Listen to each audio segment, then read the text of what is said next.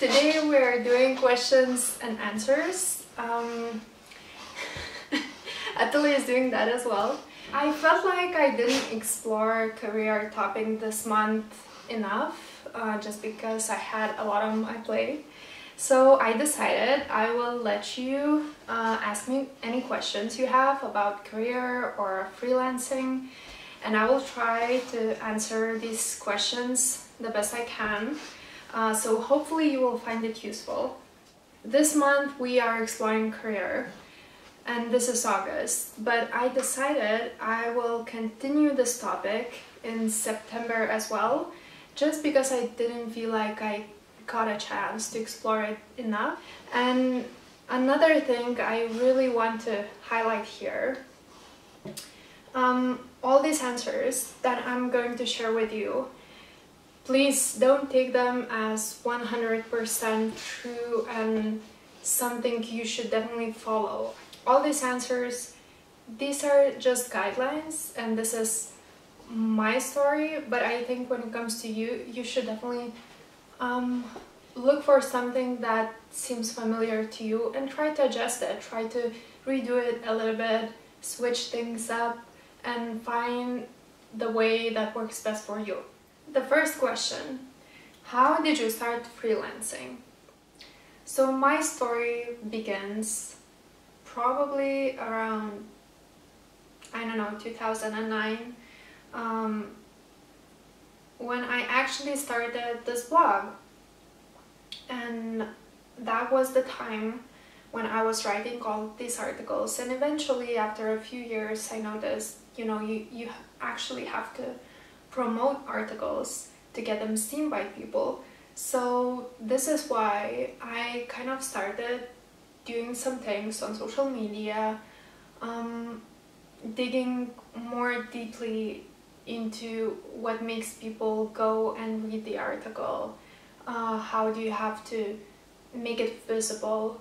How do you have to communicate it? And so on. So eventually I was doing communications work for my own blog for completely free, for my own, and just at some point some people noticed that work and they suggested me getting paid and doing the same just for them. So as funny as it sounds right now, at that point I didn't realize what that meant, because I actually declined those proposals. At that point, I never considered that communications and marketing could be the thing I would be doing, simply because I didn't feel like that was my job. I felt like this was something I really enjoy doing. But right now, looking back then, I realize what a great decision it was for me to take the first project that was someone else's. Because that's when I actually started getting that real experience with other people's projects. I started with small steps. So at first I chose a smaller area of communications and marketing, so I could get more experience in something very specific, and then eventually I just made it bigger and bigger and bigger. This is a quite typical story of every single freelancer. Usually these are people who have a 9-to-5 job every single day, and basically they just add up some finances with working on a freelance basis, and eventually they have to make a decision. Either they want to stick to daytime job or if they want to stick to freelancing. How to choose the type of freelancing that could be done at home. Just give yourself that time specifically for answering these questions, because when we are in our usual environment, we are surrounded by all these ideas, all these issues, problems to solve, things to do at home and stuff. And I feel like these are the things that are blocking us from seeing the things how they actually are. And whenever you try to answer such important questions as what is it that I would like to do next in my professional life, I don't think that these are the questions that you should be asking yourself while trying to eat lunch take care of the baby, and you know, do a million of other things. So at least changing the environment, I think, would be helpful. When it comes to thinking of specific area, I think freelancing is so flexible. You can choose pretty much any kind of area.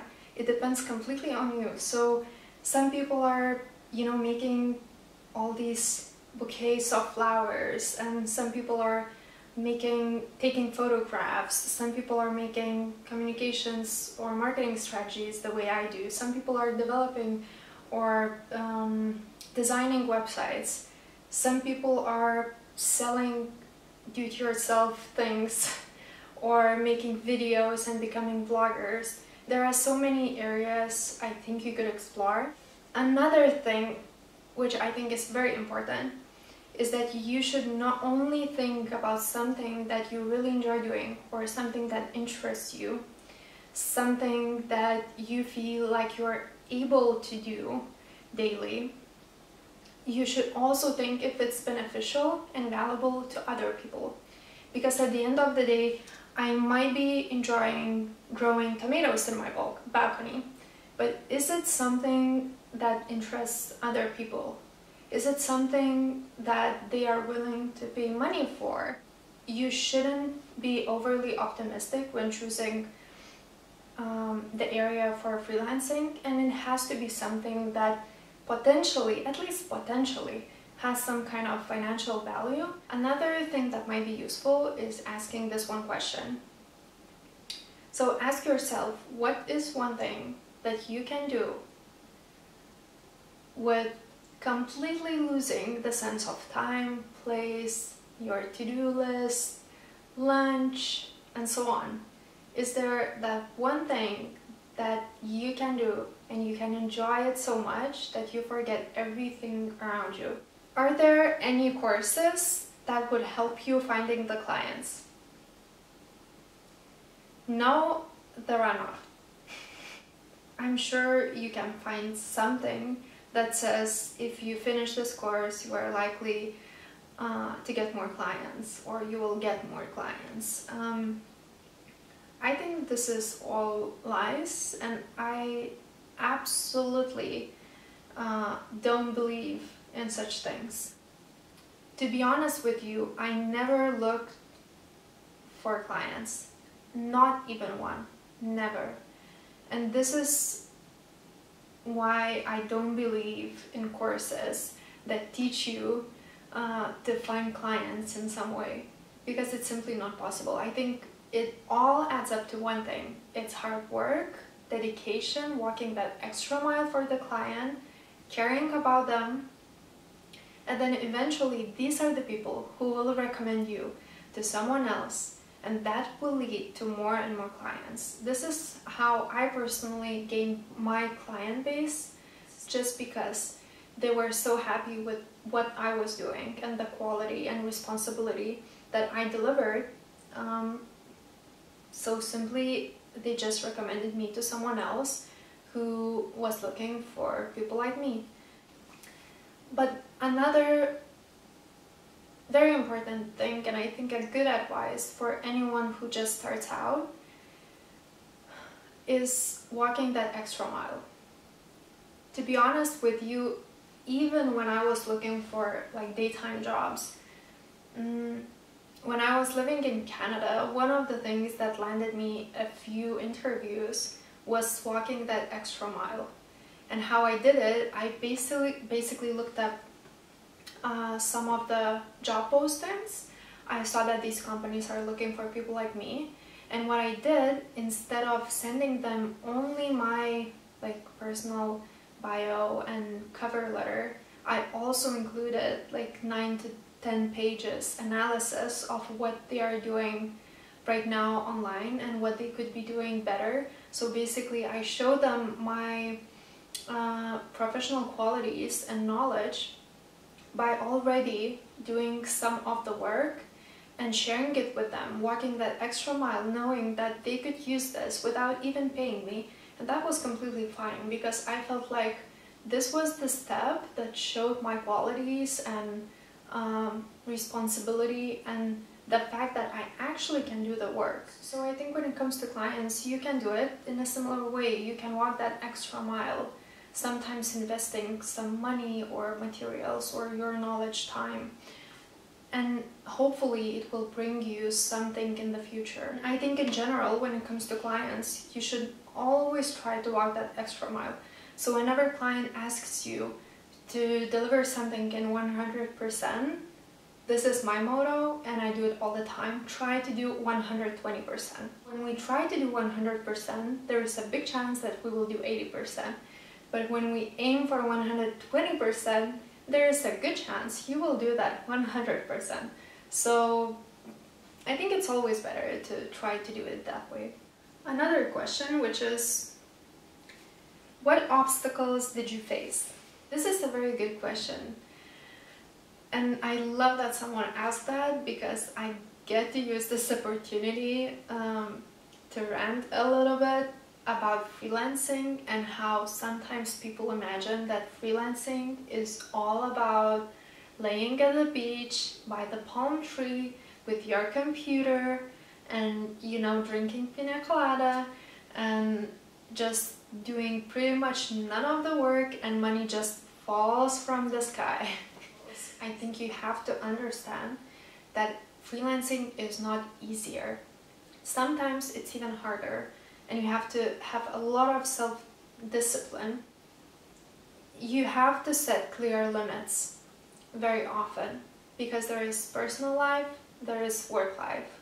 And if you work from home, for example, like I do, sometimes you get this idea of, oh, okay, I will go do laundry or I will go and do dishes. But if this is your work time, you have to have that self-discipline and set hours. So you start work at, let's say, 8 a.m. and then you finish the work at, I don't know, 7 p.m. for example, and then you have that personal time in the evening and you don't allow yourself to do home stuff simply because you are at home. It's not only about the hours in the day, but also days. So, for example, as a freelancer, I'm expected sometimes to work in the weekends, and that's okay. But you have to be the one deciding if this is something you're willing to do. Because if you decide you work for only working days, so from Monday to Friday, that's okay, but you have to make it clear to all the clients. And we have to make sure, in cases when things get worse, we are ready. So whenever you start freelancing, think a little bit of what you would do if, let's say, you lose all the clients at some point. So what I would recommend would be having some kind of money reserve for such cases, so you would have time to find new clients. So for example, if you think it takes you a month or 2 months to find a new client, then you should have a month or 2 months reserve just in case something like that happens. So you would have that time and clear mind to go and look for these clients, because when something like that happens and you are not ready, the stress gets to you and it becomes very difficult to look for these new clients. So I think when it comes to financial insecurity, yes, this is scary, yes, this is a lot of responsibility, but eventually it all can be figured out. You just have to make sure you are ready for it. So it's not that difficult, and I think every single person can do it. It's just getting ready for such situations. So I think instead of focusing on fear and all these things, bad things that could happen, instead of that, take every single fear that you have and think, what would you do if that would happen? I really like this book of Canadian astronaut, and his technique when flying to space was learning all the ways he could die. And this way, if something actually happened, like let's say the spaceship catch the fire, he knew what will be the steps he will do And when that happens, he doesn't go through that initial stress anymore because he thought this through and he already was prepared and knew what will be the steps he will take if that happens. Okay, so now we have pros and cons of freelancing. So one of the first pros that I can list is flexibility in work hours and days. So for example, if I happen to have a meeting in the middle of the day, I can move some of my work to, let's say, evening, just because I felt like it was important for me to meet someone in the middle of the day. Or if I check the weather report and I see that it's going to be a great weather by the sea and we were planning to go sailing, I can actually plan my work this way. So I could leave for a few days, but then let's say work in the weekend because I left in the middle of the week. Another huge plus that I can list is that you're your own boss. So basically you decide who you want to work with, you decide how you want to work, you decide what projects you want to take, and so on. So you get this opportunity to choose. And whenever you work at agencies or daytime jobs, other people make these decisions for you. But once again, don't forget that this means responsibility as well. So there is another side of that. But as a plus, I would definitely list that. Because if you feel like this client seems like someone who's going to bring you more trouble than some kind of benefit or value, then you can always reject the project or the client. And that's one of the best ways and one of the best things in freelancing. There are some minuses in freelancing as well, like some disadvantages, and one of them is self-discipline for sure. So you have to have that motivation and will to get up in the morning, to not sleep in, to not work in your PJs, to get dressed, to get ready for work, to get into mood, and then keep working and not get distracted by all sorts of things that could happen because you're not at the office. Remember, you are at home, many things will appear. So you have to make sure you have that self-discipline, and I bet if you don't have that, freelancing will definitely be an opportunity for you to develop that because you need a lot of it. Another disadvantage of freelancing is the responsibility, as I mentioned before. So not only you have this responsibility to provide to yourself, but you also have the responsibility of delivering what has been promised. So you don't have this luxury anymore to say that, oh, my boss was the one who made this decision and it's his fault, or it was my teammate who didn't do work in the right way and this is why I didn't deliver. So now you are in this position where you are responsible for everything. So if something happens, you are the person who's going to, be responsible for it, and you will have to explain yourself. So I think it's, even though I list it as disadvantage because I think this is how it's perceived by many people, but eventually I think it's a good thing because responsibility and keeping your word and being responsible not only for your work but also life and how you see things in this world, it's not something that's going to hurt you. This is a quality that will give you, that will bring you many good things in life. So another quick question that I received was how to not get tricked into something, I guess, bad or something you are not willing to become a part of. So to start with, I would say sign a contract. And even though this seems like a very simple thing, for some reason very few people actually do when it comes to freelancing, and perhaps this is just another thing where we don't have enough of self-discipline to sit down and prepare a contract and get people to sign in, and it's additional work. I understand that, but eventually this is the thing that's going to serve you, and you have to make sure you have that. If you are having just one-time project, which doesn't make sense, like, you know, signing a contract, because this is going to be a few hour work, or let's say a day of work, but still it's your time. And if you don't feel secure enough, you know, of doing the work and then asking for money to be paid, you can always ask for the deposit. And I think this is a common practice. So basically you can ask for, let's say, 50% to be paid in advance before the work starts. And then once you receive this money, you start the work and you request what's left after the work is done. So you can do it this way. Important thing, as silly as it sounds, it's following your gut feeling.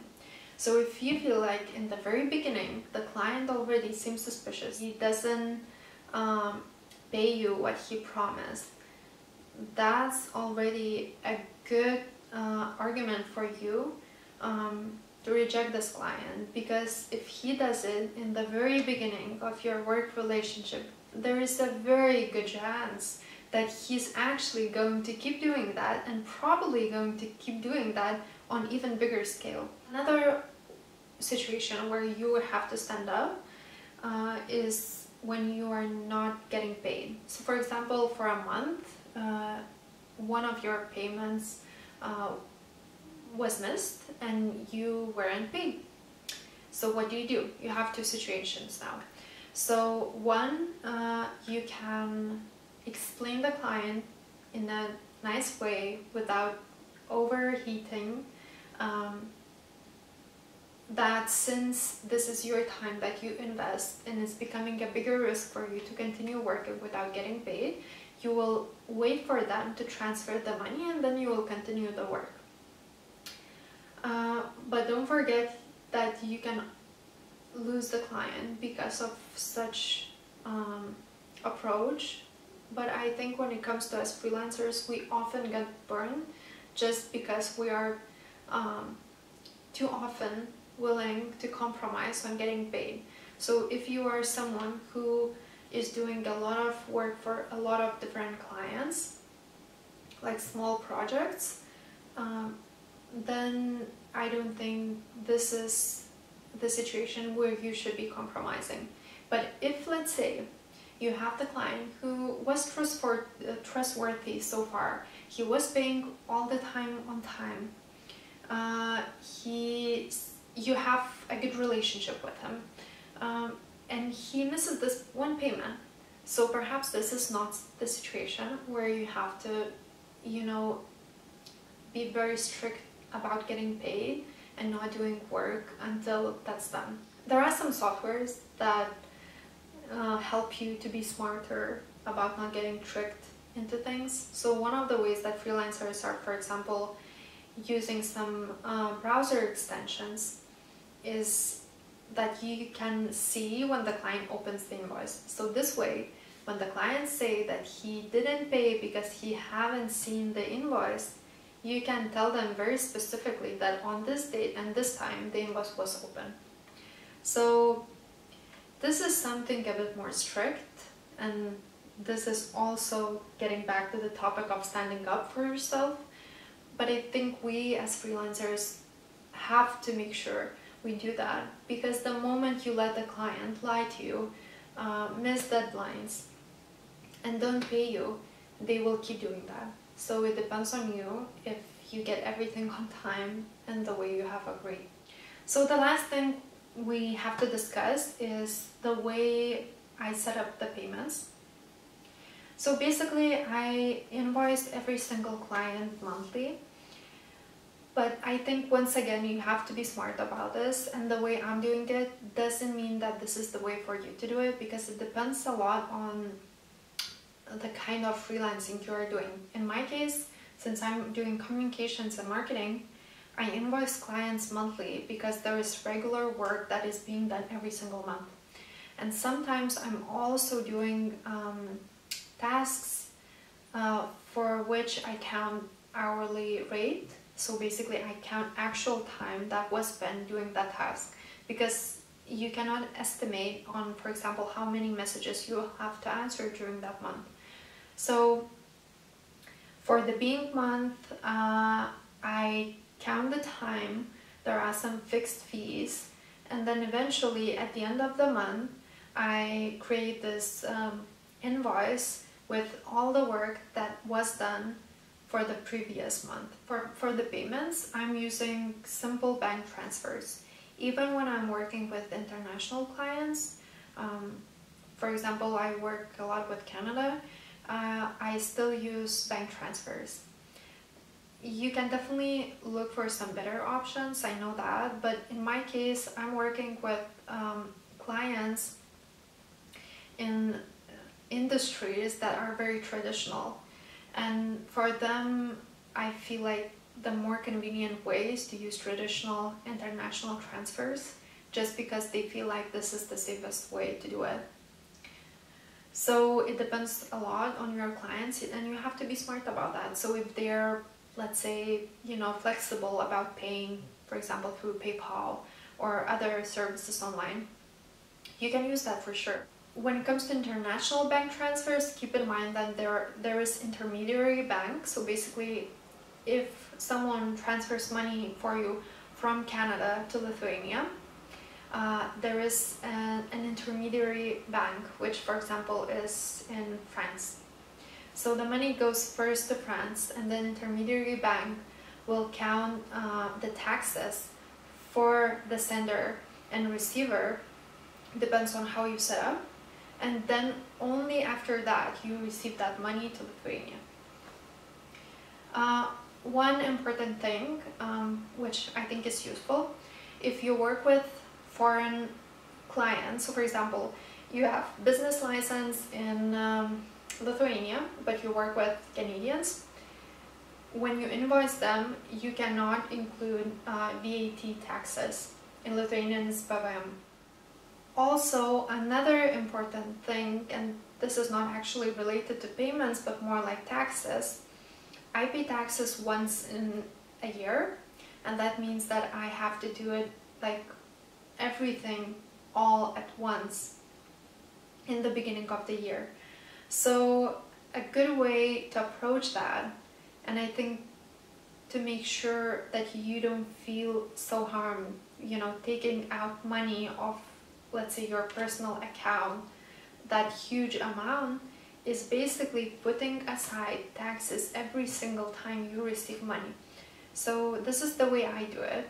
If someone pays me for the previous month work that was done, I take the specific amount that's going to be paid as taxes anyways at some point, and I put it to a different account, which is basically freeze.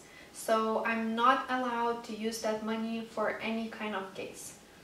So this way, when the time comes to pay taxes, it doesn't feel so harming, because you know that that money was anyways put to this account and it was not used, and you don't feel like you are taking something from your personal money. So these are all the questions. I know that this was a terribly long video, and I definitely have some space to improve, but I did this just simply of my wish to share these answers with you, and I hope that it was useful, at least something. If you have some additional questions, feel free to ask, because as I said, we will continue exploring this topic in September as well. And since I have a lot on my plate with work, but I'm also changing and reorganizing many things. Topic for September, I think it's going to work out for both me and you guys, and I don't know what else. I'm terrible at ending things. Least favorable part. I don't know, I just want to wish you to enjoy the process. I know that freelancing can be like super stressful, creating a lot of fears and insecurities, but at the end of the day, this is a huge thing you're doing. Just think of this, how many freelancers we have right now, And before we had like, you know, all these agencies and people working as daytime employees, and this was the trend then. But now we're moving to this world where so many people get a chance to do all sorts of things with a computer, one thing, and they get to do it from, you know, all these wonderful places and whenever they want them to do.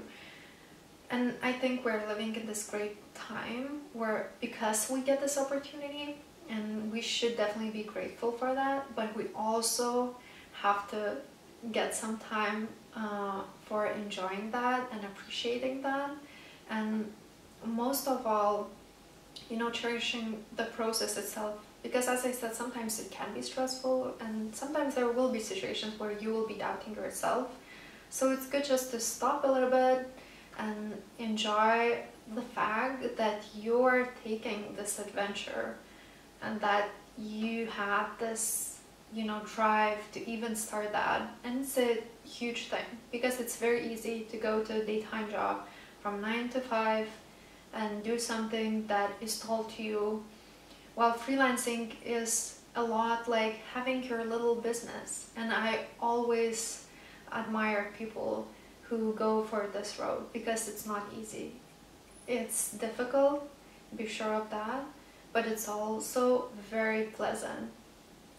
Very pleasant. Okay guys, have a good day. I hope you enjoy it. I hope you found it useful. And if you have any questions, just comment below and I will try to answer them as well. Bye bye!